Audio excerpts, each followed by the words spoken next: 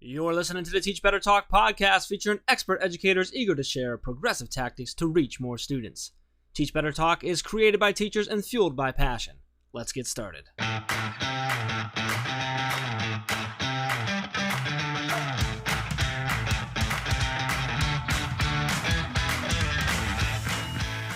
Hey everyone, welcome to episode 137 of Teach Better Talk. I'm Ray Hewart, and as always, I'm with my robot-loving friend, Jeff Gargas.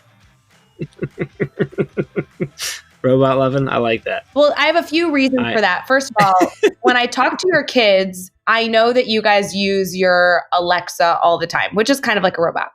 And I also want to talk about, I also named you that because you and I were just talking before we got on this episode about our friend who published a book called Rev Up Robotics. And it seemed appropriate for me to label you as robot loving. I get it. I'm cool with that. I'm all right with that. Yeah. So we were just talking about that. So that was a nice spin. I like that, Ray. We were chatting about, it's Jorge Valenzuela, who's a good friend of ours and an amazing educator. You can get that. It's coming out through ISTE. So you can go to the ISTE.org and go to their books and find it. It's Rev Up Robotics. But yeah, it's up for pre-order right now. So I like this book a lot because he broke it down into 3 different parts. And I like books that take that approach because that means that no matter where you're at with the concept, you kind of have a way to slowly get in. I joke with him all the time because I use the word robots and I feel like I sound like a loser because I'm like, I don't know, what's a robot these days? Is that everything a robot? And he picks on me when we talk through Voxer. But this idea of Rev Up Robotics is not just, how great technology is, but his pull into the classroom was really well done. He gave me a little sampling of this book. So let's be honest, I'm super stoked that I kind of know what it's about. But the 3 parts, I think, offers the ability for readers to learn about the basics of defining what robotics is, sharing the real world application, kind of those foundational skills.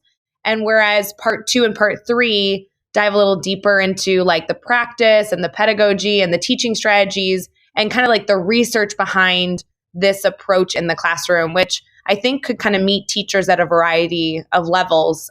Which is really cool. Yeah, absolutely. And talking with George about when he was telling us about it, as he was finishing it up and when they figured out when it was going to be published and stuff, one of the things that he focused on was making sure that it was more of a cross-curricular approach that he took to it. So it's not just about here's robotics and this is what it is and here's how you do it, but really about how you can incorporate it into other things in your classroom and across different curriculums. And he talks about sort of building it in with computational thinking into different lesson areas and little lesson plans, even into elective and stuff like that. So he touched on those 3 parts. I love that he starts with the basics because that's just, really laying out the definition of it and what robotics actually is. And like you said that, and I know what you're excited about is that real world application because George is your people because it's not fluff, right? And Ray always says fluff ain't enough, and George is the same way. It's not fluff. It's let's get into how we actually make this work. And I think that's why we're both so excited about it. We totally messed this up. Do you know why? Why? Because we just did this ad for the book and we're not getting paid. He should have paid us to market his book. Because we're literally on this recording. I'm like, God, we have to talk about George's book. I'm so stoked for it. We just talked about it on Voxer. And I'm thinking, wow, we just promoted the book and he George is going to flip when he hears this episode. I'm just saying. Hey, Ray. What? George is paying us. How much money? Millions of dollars? Through friendship. Oh, come on. How did you connect with George? Do you remember? Actually, oddly enough, I connected with George. I can't remember how we initially connected, but how we started talking is I invited him to come on the podcast. Nuh-uh, seriously? Yeah, sometime last, probably not quite a year ago, close to a year ago, whatever. And then he talks, when we had him on the podcast, he actually talked about, I don't know if he talked about live or if we talked about afterwards or before the recording, but he talked about how he hadn't really been, we were connected through Twitter, but not a lot of interaction. And then after inviting him to the podcast, he started listening and became an actual listener of the podcast. And then we had him on and that was, we were like, holy cow, this guy's brilliant. And then we, the friendship has gone and the relationship has built from there. But yeah, it was originally from And George can correct me if I'm wrong, but I think our actual like first like real interaction, other than just being connected, was inviting him onto the podcast. I can't remember what it was or something. I think maybe he and I were in a chat together or somewhere. I saw something he posted, and that's what triggered me to go, "Hey man, you need to come on our podcast." And then it just went from there. So well, I have cool. to say, like, hashtag not an ad, but you have to go follow George for all of our friends. If you already listened to his episode and you didn't follow him, shame on you, but you totally should go follow him now, because I just was stoked that, a lot of our friends write amazing books, and it's kind of just fun to share about them, especially when they launch. Because Jeff, I know I'm like preaching to the choir talking to you about this, but it was so cool watching our book launch in September. Like that was such a forever memorable 2019 like moment. And so I'm just stoked for him. These are just exciting things. So yeah, super exciting. If you do want to follow George, he's at George Does PBL, and George is Jorge. So Jorge does PBL. You can follow him there. So awesome, super excited. But I'm glad you brought that up. That was kind of cool. We were talking about it, and we were like, oh, let's just wing this intro, and we'll figure it out. And then you flipped it. So well done, Ray. Let's actually not tag him and see if he notices that we talked about him on this episode. Like, see if he actually. Yeah, we're not going to say any. Yeah, this is a challenge. So. And we're gonna find out whether George is listening or not. That's fun. I like it. I'm all for that. So yeah. So let's flip. So this one, I do know how I connected to our guest. And I connected with this amazing teacher this past summer in Indiana at a conference, Technovation. I went out and I was talking about podcasts with your students, and this woman jumped right on the podcast and part of the session where we actually start recording, and she just went after it, and she was awesome. And I had invited, I said, if you want to come on the podcast, come on. She came up to me right away, said, I'm in, let's do this. Took us a while to get here, but Kate MacFarlane, she is a third grade teacher in Northern Indiana, 18th year, and teaching right now. You're going to catch it right from the very start of this episode. She is super passionate about what she does. She loves her third graders and loves what she's doing. I love that she describes herself as a coffee drinking, school teaching mama of three. I said that earlier to you. I was reading that and I kind of laughed, and you're like, that perfectly describes her. She is so much fun. This was a great episode, and I think there's so much to gain out of this, and I'm super excited to watch her continue to grow as she's starting to find more ways to share her story and her awesomeness out. Ray, anything you want people to grab from this episode as they dive into it? Well, a lot of stuff, but she also has a lot of goals for 2020. So like keep an eye on her. She's doing good things, and she's put out a lot of like free content for teachers. So go check all that out. All right, with that, let's get into episode 137 with Kate MacFarlane. Hey everyone, it's Ray. We're going to get right back to the episode, but we have to talk about Mastery Chat real quick. Hashtag Mastery Chat is our conversation every single week over on Twitter, happening Thursday nights at 7 o'clock Central, 8 o'clock Eastern. I never thought a Twitter chat could be more intense, but holy cow, do I love Mastery Chat nights. Really rich discussion, educators from across the world, and I always leave with a new idea that I'm ready to use in my classroom Friday morning. Don't forget to mark your calendars for Thursday at 8 o'clock Eastern, and we will see you over on Twitter. Now let's get back to the episode. All right, we're here and we are chatting with Kate MacFarlane, and Kate, is so awesome to have you on the podcast. We've been talking a little bit before we hit record, and we're already laughing, we're already goofing around. We're talking about goals you have and challenging you and how I'm mean to Ray. So it's going well. Been a lot of laughter. So I'm super excited for the episode now. We were already excited, but now I'm like even more excited. So before we get like too deep and start diving into your mind and hearing your story, just want to ask you, how are you feeling right now? I'm pretty pumped. We've been having fun already, so I'm ready to get into the show. Yeah, Kate, this is going to be such a fun episode. I can already tell that you and I will, intentionally game up on Jeff, and it'll be wonderful. So would you mind kind of starting us off pretty easy, like no big deal? This is like just a question about you. I just want you to share kind of all that you do in education. And I say that knowing that you do a lot. So good luck. Oh, thank you. Well, first of all, my best and most important job is I teach the most awesome third graders on the planet. They're like the best little people ever. I love them, and we dance and we sing and we laugh together every day. So that's the best. I also love when I get to mentor beginning teachers.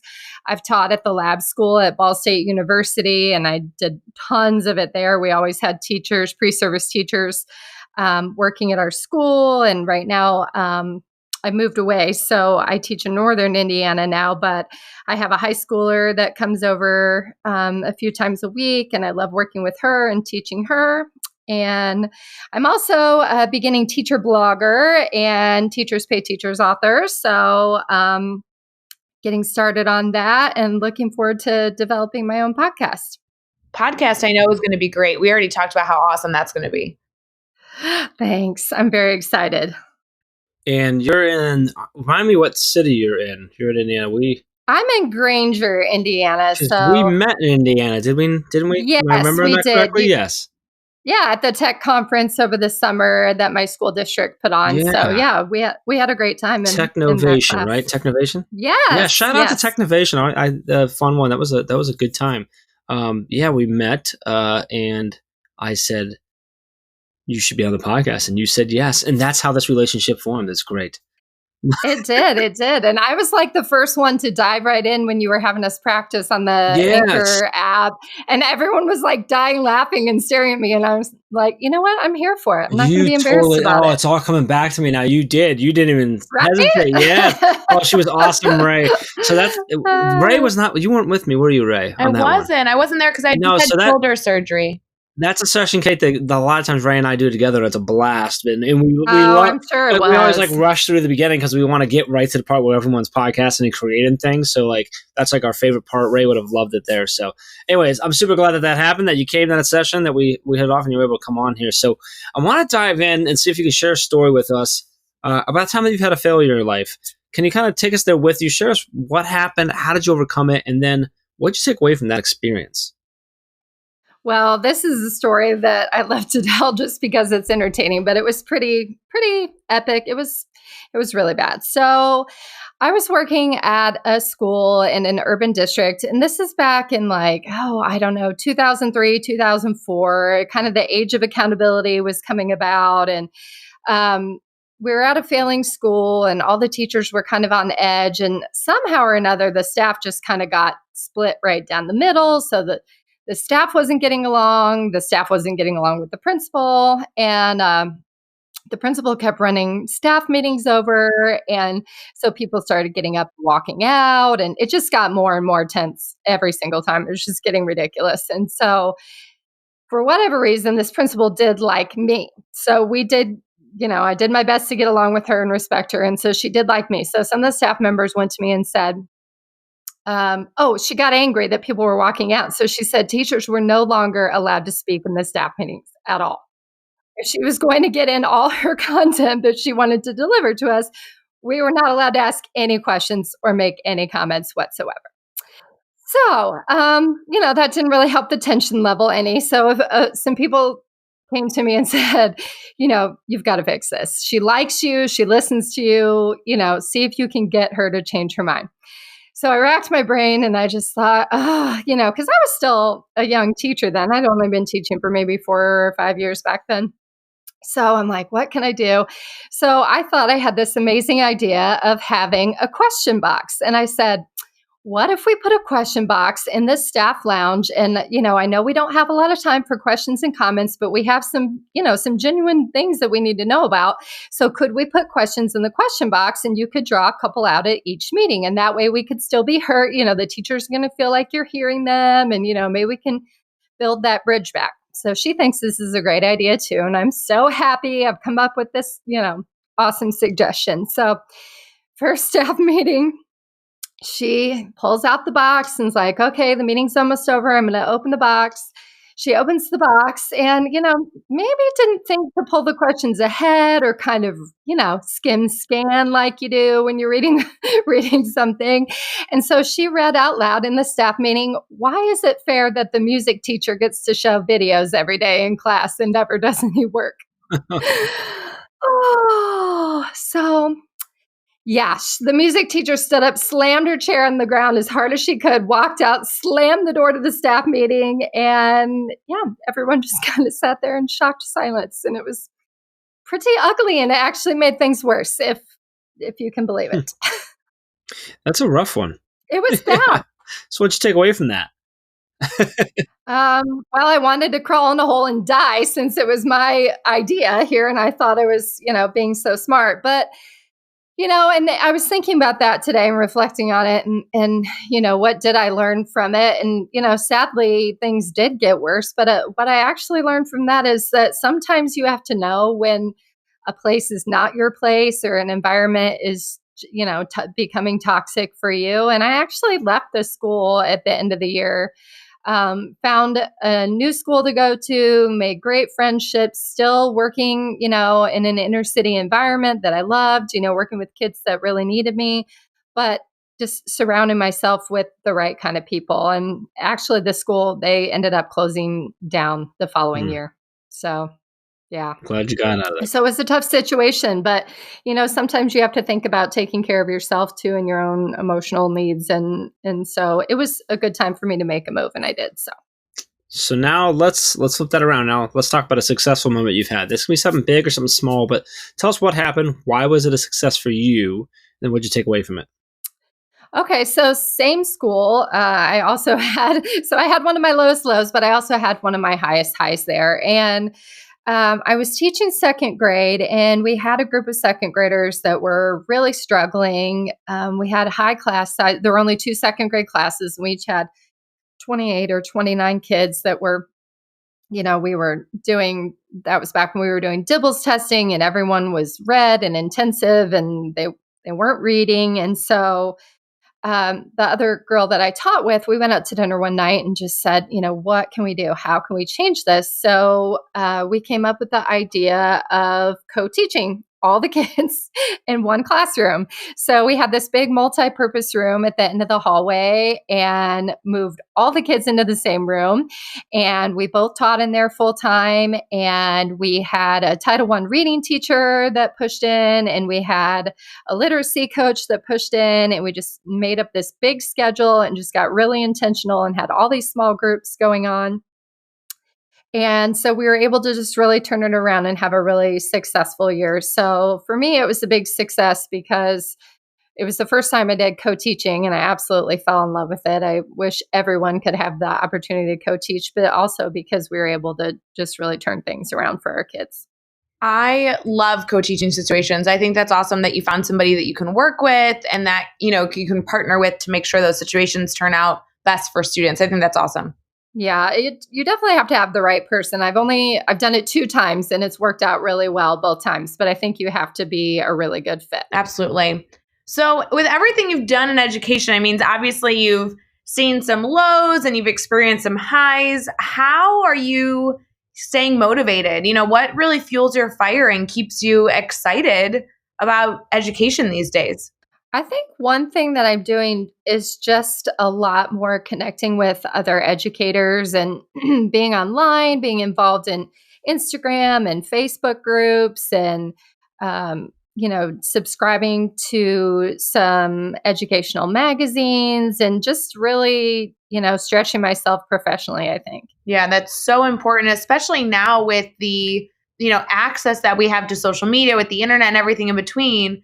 I mean, isolation right now is such a choice. We can really choose to, build a network and connect and participate in those really important conversations.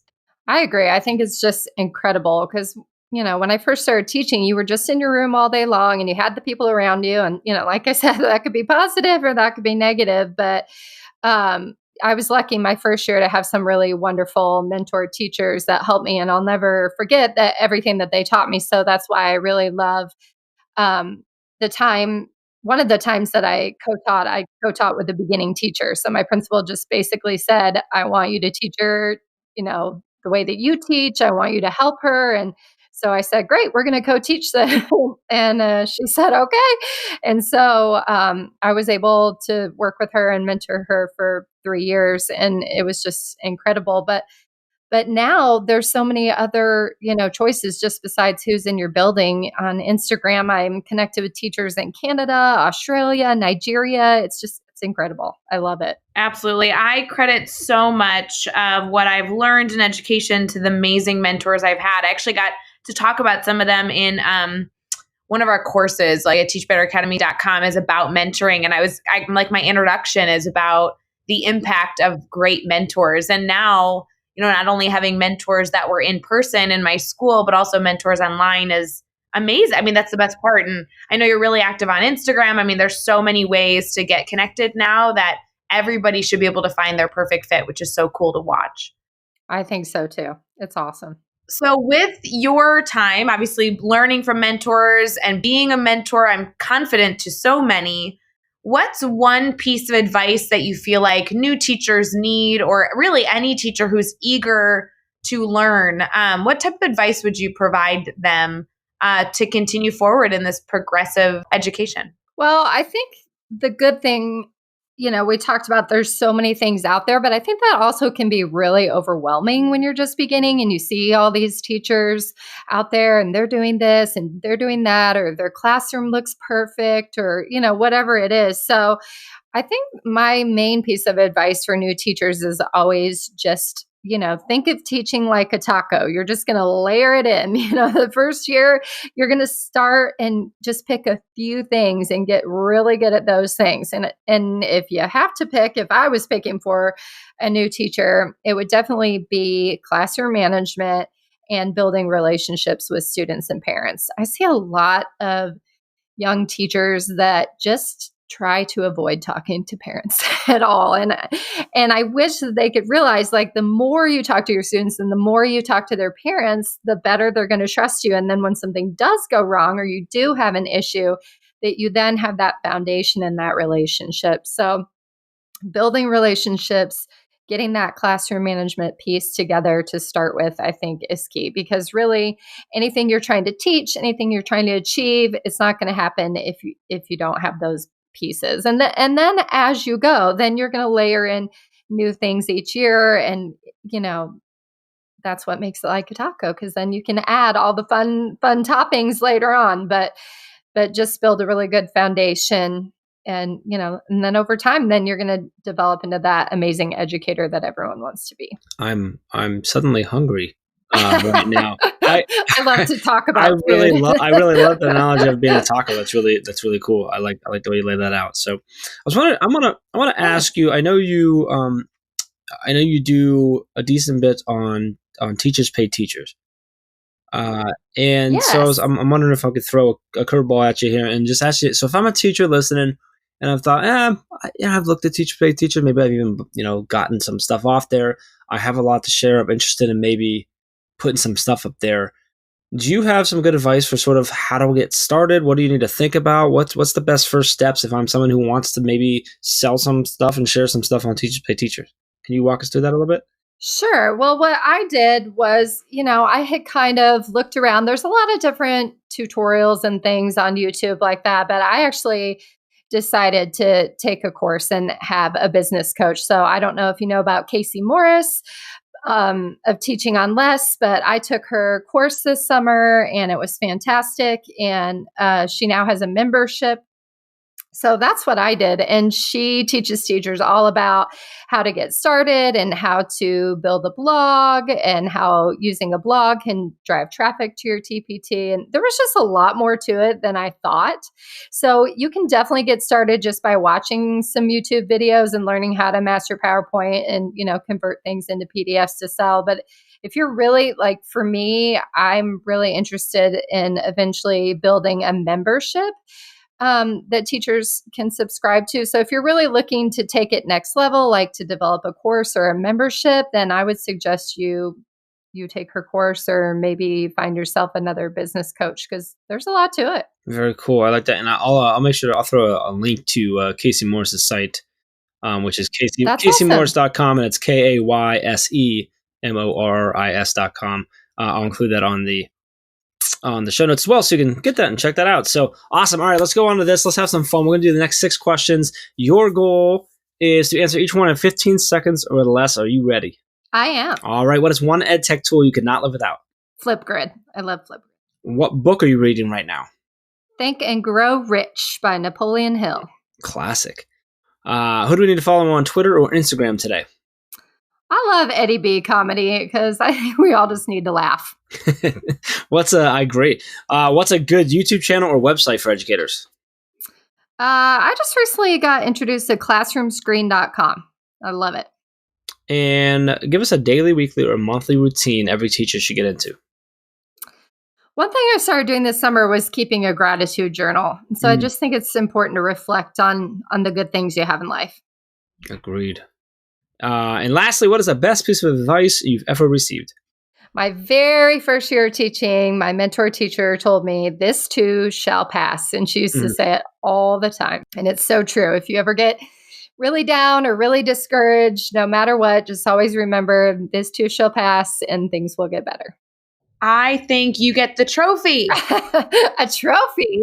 This too shall pass is a great one. I mean, it's totally true. Every moment when we all get sucked into those really tough situations or we feel like it's never ending, it's just so important that we acknowledge that, hey, like everything moves forward. I love it. It is. It applies to everything, teaching or your personal life or whatever it is. You know, it's just a good little mantra to tell yourself when you get down. So Kate, I want to make sure that everybody is able to stay connected with you and continue to learn from all that you've been able to share.